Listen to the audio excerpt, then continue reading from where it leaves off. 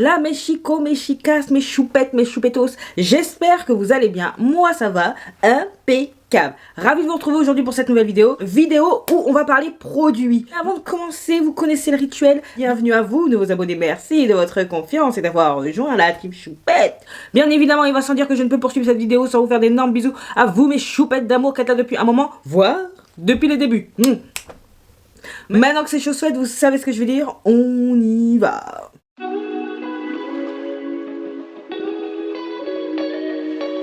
Trop content de vous retrouver aujourd'hui pour parler produits que j'ai envie de terminer en 2025. Alors, si vous avez pu voir ma dernière vidéo, c'était un anti-haul.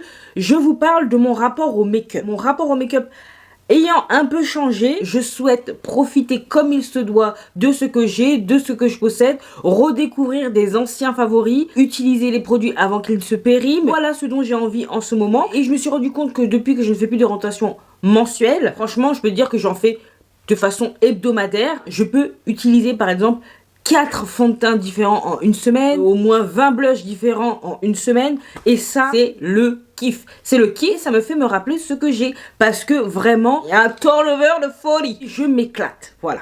Et c'est le but premier d'une passion, à savoir s'éclater. Voilà. Je me suis dit également, pourquoi pas vous présenter ces produits en vidéo, parce que ce ne sont pas des produits dont on parle peut-être souvent, donc ça me fait plaisir de vous en parler et de vous dire également pourquoi je les aime avant tout, parce que on va pas se mentir, les 15 produits que je souhaite terminer en 2025, ce sont des produits que j'apprécie énormément. Est-ce que je vais les racheter ou pas? Je vais vous le dire dans un instant. Allez, c'est parti.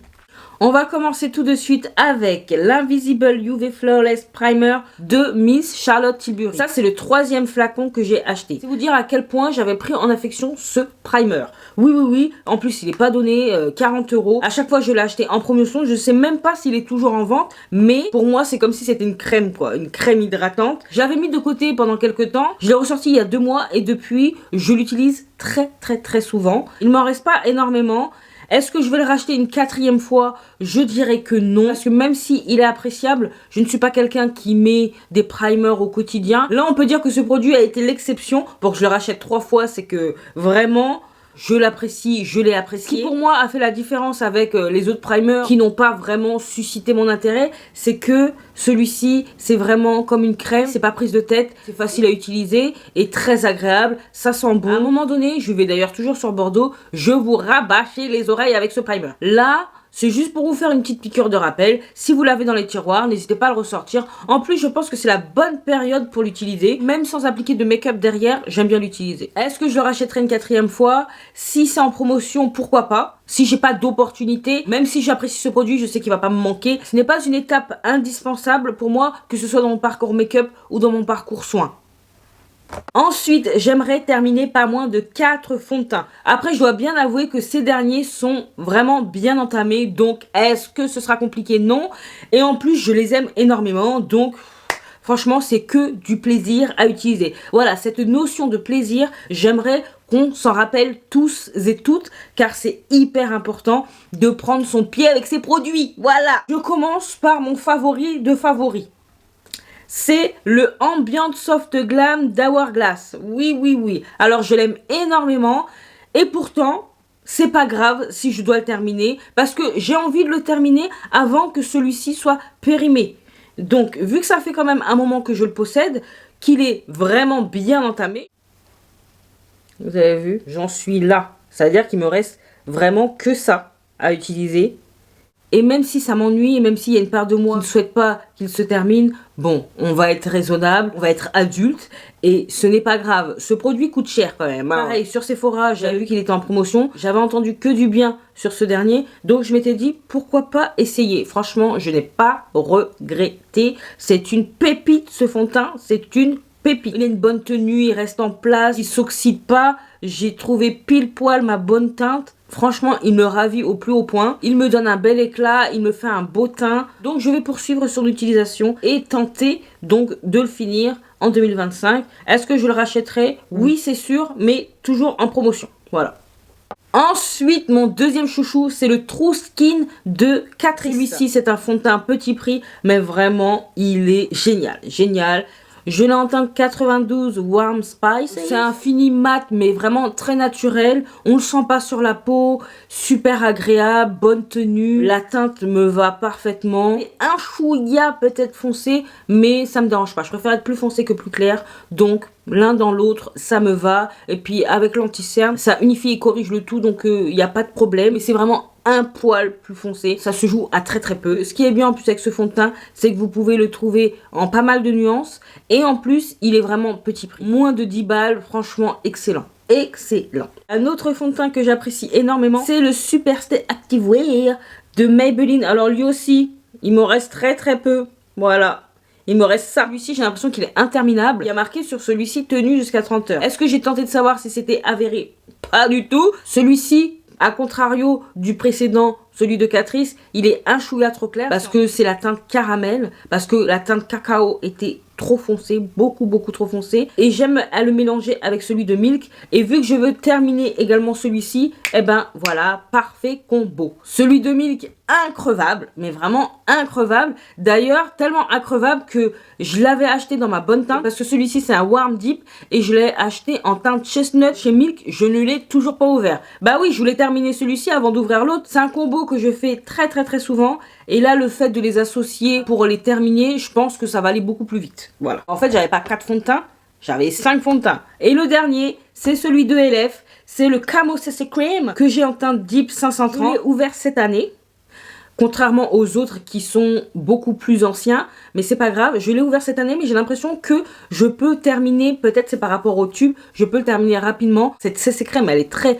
couvrante, la teinte est bonne, la tenue est bonne également, j'ai rien de plus à ajouter, je l'aime bien, et je vous dis sincèrement, entre vous et moi, c'est à cause du tube, je me suis dit, celui-ci sera facile à terminer, donc je l'intègre également. Dites-vous que là, il y a 5 fonds de teint qui tournent régulièrement, mais il y en a d'autres. Moi, je me maquille pas tous les jours, mais je me maquille minimum 4 à 5 fois par semaine. Après, je vais pas vous mentir, c'est pas quelque chose que je m'impose, ce sera un plaisir de les utiliser, et si j'ai envie d'en utiliser d'autres, voilà, ça prendra le temps que ça prendra, mais en tout cas, c'est quand même un objectif que je me fixe parce que c'est quelque chose qui va m'agacer s'il se périme avant que je les termine. Voilà, tout simplement. Donc du coup, je suis pas aigrie de les utiliser parce que je les aime avant tout. Parce qu'avant, je me disais ah non et tout. Bon, je vais pas trop les utiliser parce que je veux pas qu'ils se terminent justement parce que je les aime. Mais là, c'est tout le contraire. Je les aime, je les utilise. Et avant qu'ils commencent à sentir le moisi, on se tartine la face avec eux, ok? Allez, je continue. Il n'y a pas des produits dans chaque catégorie, mais là, on passe quand même aux anti-cernes. Il y en a 3 que je souhaite quand même terminer parce que 2 d'entre eux sont quand même assez anciens et l'autre, c'est un backup d'un qui n'existe plus, qui n'est plus sur le marché. Donc, c'est vous dire à quel point. Donc, je commence par celui de Jeffree Star que j'ai en teinte C20. Ça fait vraiment, mais un bail que je l'ai. Je l'aime beaucoup. La teinte est bien. Je ne sais pas s'il a vocation d'être hydratant, mais ce que je sais, c'est qu'il n'assèche pas mon contour d'œil. Au contraire, même, je dirais qu'il est parfait, mais il est tellement vieux, c'est bizarre même qu'il ait tenu jusqu'à présent. Je sens qu'il n'en reste pas énormément, donc je l'utilise beaucoup depuis, on va dire, 1 mois de ça, et je sens que je tire vers la fin, donc ce sera vraiment un pur plaisir qui se termine. Est-ce que je le rachèterai une seconde fois? Non, j'ai tellement d'anti-cernes là que c'est bon. J'ai pas besoin de le racheter, même si, franchement, j'ai rien à dire de mal sur lui. Hein. Il est génial. Même si je suis pas fan du créateur, je dois dire que faut rendre à César ce qui est à César. C'est un bel anti-cerne. Le seul petit bémol, peut-être, c'est le packaging. Mais au-delà de ça, vu que je vais pas le racheter, je m'en fous. Vu que le produit en lui-même était bon. Je ne sais pas quelle est la formule qu'il y a dans ce produit, mais en tout cas, depuis tant d'années, c'est ouf. Mais là, 2025, faut qu'il disparaisse. Ensuite, j'ai également celui de Maybelline qui va avec le fond de teint. C'est le Superstay Activewear que j'ai en teinte 45. Il est excellent cet anti-cerne, vraiment. Mais j'ai l'impression qu'il est increvable. Mais très bonne tenue, la couleur parfaite. Ce que j'apprécie, c'est la finesse de cet anti-cerne. Il a la parfaite consistance, ni épais, ni trop fin. Et pas besoin d'en mettre beaucoup. Voilà. Après, je suis pas quelqu'un qui met une tonne d'anti-cerne. Génial. Donc, je vais me faire un plaisir de poursuivre son utilisation. Voilà. Et le dernier anti-cerne qui n'existe plus, qui n'est plus sur le marché, c'est celui de Marc Jacobs. Il s'appelle le Accomplice Concealer que j'ai en teinte, je sais pas si c'est pertinent de vous le dire, mais j'ai en teinte Tan 49, excellent. Le seul reproche que je peux faire à cet anti-cerne, c'est le fait qu'il soit un peu gras, mais moi je l'utilise moins en anti-cerne parce que je m'explique.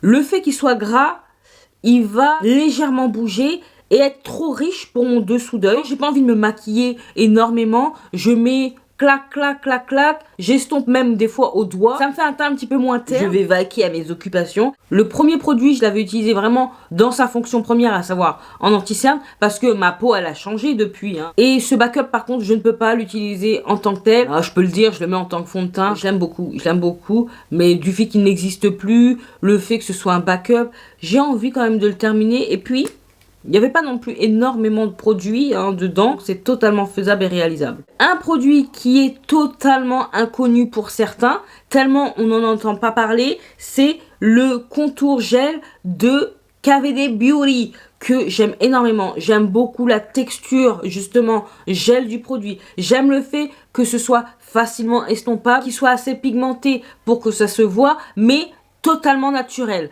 Là, je l'ai encore. Franchement, j'aime énormément ce produit. Je ne sais pas s'il est toujours disponible à la vente, mais ce que je sais, c'est que c'est un très bon produit que j'apprécie énormément. Et ça fait quand même 2 mois que je l'utilise très régulièrement. Des fois, je mets même pas de contour ou de bronzer poudre, tellement ça me suffit. Donc, on pourrait croire de par sa texture gel qu'il n'est pas non plus très pigmenté, mais il est suffisamment pigmenté pour faire son job. Et je l'ai en teinte Tan Neutral 30 pour vous donner une idée. Tellement je l'apprécie, je crois, de mémoire, peut-être que je me trompe, mais je l'avais mis dans le swap de Justine. Tellement je voulais qu'il soit connu, parce que c'est un produit dont on a entendu parler lors du reveal. Les gens, ils ont fait des vidéos avec une fois, et puis voilà. Plus personne ne sait qu'il existe ce produit, alors qu'il est super. Moi-même, je ne sais plus s'il est toujours en vente, mais ce que je peux vous dire, c'est que ça fait partie des produits réussis de chez KVD Beauty. On continue avec les blushs, et là, il y en a 3 de la même marque que j'aimerais bien terminer. Est-ce que vous devinez ou pas? J'en ai plein de cette marque-là, mais là, ils sont sur ma commode depuis 1 mois ou 2, et j'aime bien les utiliser. Donc, je me dis, bon, vu que ce sont des produits un peu hybrides, crème poudre, avant qu'ils soient plus bons, autant les utiliser. C'est les Super Shock Chic. Donc, il y en a 2 qui sont perlés en teinte Sans Wrap Drop of a Hat. Il y en a un satin en teinte Georgette. Donc là, c'est une couleur orangée. Vous voyez, le pan, il est gros comme ma tête. Ensuite, la teinte Sans Wrap, aussi un trou gros comme ma tête. Un beau rose et tout. Oh là là là là là. Moi, j'utilise en highlighter parce que c'est vraiment Pearly Z, comme son nom l'indique. Et le dernier, Drop of a Hat. Vous voyez, ils sont pas nés. Donc, c'est pas compliqué pour moi d'utiliser ces produits parce que je les utilise constamment. Et c'est ça qui est bien quand on fait des rotations, non plus mensuelles, mais hebdomadaires. Oh là là, il y a tellement de produits qui tournent. C'est tellement du bonheur. Du bonheur en produits. Oh là là, je nage dans mes produits. Je kiffe. Et pour terminer, la catégorie spray fixateur. Donc, je commence par l'All Nighter Ultra Matte d'Urban Decay. Ça fait un moment que je l'ai. C'est pas mon préféré. Je préfère l'original sans Ultra Matte. Par contre, il fait bien son travail. J'aime bien la façon dont il pulvérise le produit. Il est connu et reconnu. Je vais pas vous en faire une thèse. Vu que ça fait un moment que je l'ai, ça fait partie quand même de mes anciens produits, j'aimerais le terminé. Et un autre que j'aime vraiment de tout mon cœur, c'est le Dewy Coconut de LF. Lui, c'est sûr que je le rachèterai. Il m'en reste pas beaucoup. Comme vous pouvez voir, il est à plus de la moitié. Ce sera pas compliqué parce que je me pulvérise la face après avoir mis le fond de teint et à la fin de mon make-up. Donc dites-vous que à raison de 4 à 5 fois par semaine, franchement, ça va vite. Donc est-ce que je le rachèterai? Oui, mais pas tout de suite. J'ai tellement de sprays fixateurs à terminer, mais ces 2-là en priorité. Voilà. Bah écoutez, ça a été plus vite que je ne l'aurais cru, même si j'ai quand même pas mal blablaté. Vous avez pu voir les 15 produits que je vais tenter de terminer sans pression au cours de cette année 2025. Là, on est déjà au mois d'avril. On approche tout doucement de la mi-2025.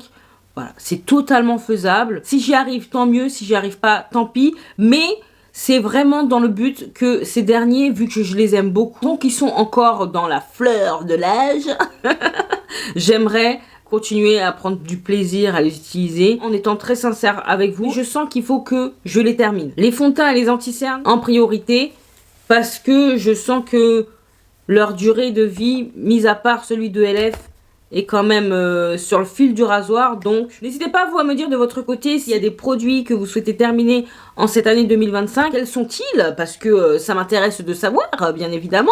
On est là pour partager. Comme vous avez pu voir, il n'y a pas d'histoire de palette teint ni de palette pour les yeux. Ça ne m'intéresse pas de les terminer.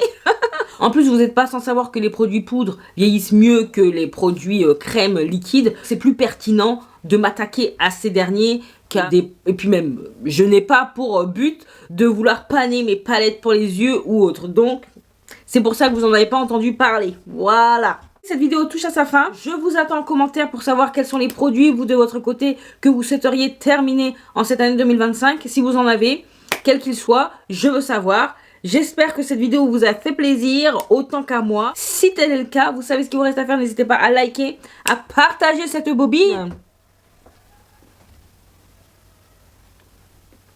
à vous abonner si ce n'est pas encore fait. Et oui, si tu passes par là souvent que tu aimes bien ce que tu vois, ce que tu entends, abonne-toi, c'est gratuit, ça fait extrêmement plaisir. Et en plus, tu vas m'encourager de fou. Sinon, tu peux également me retrouver sur Instagram, que je te glisse là.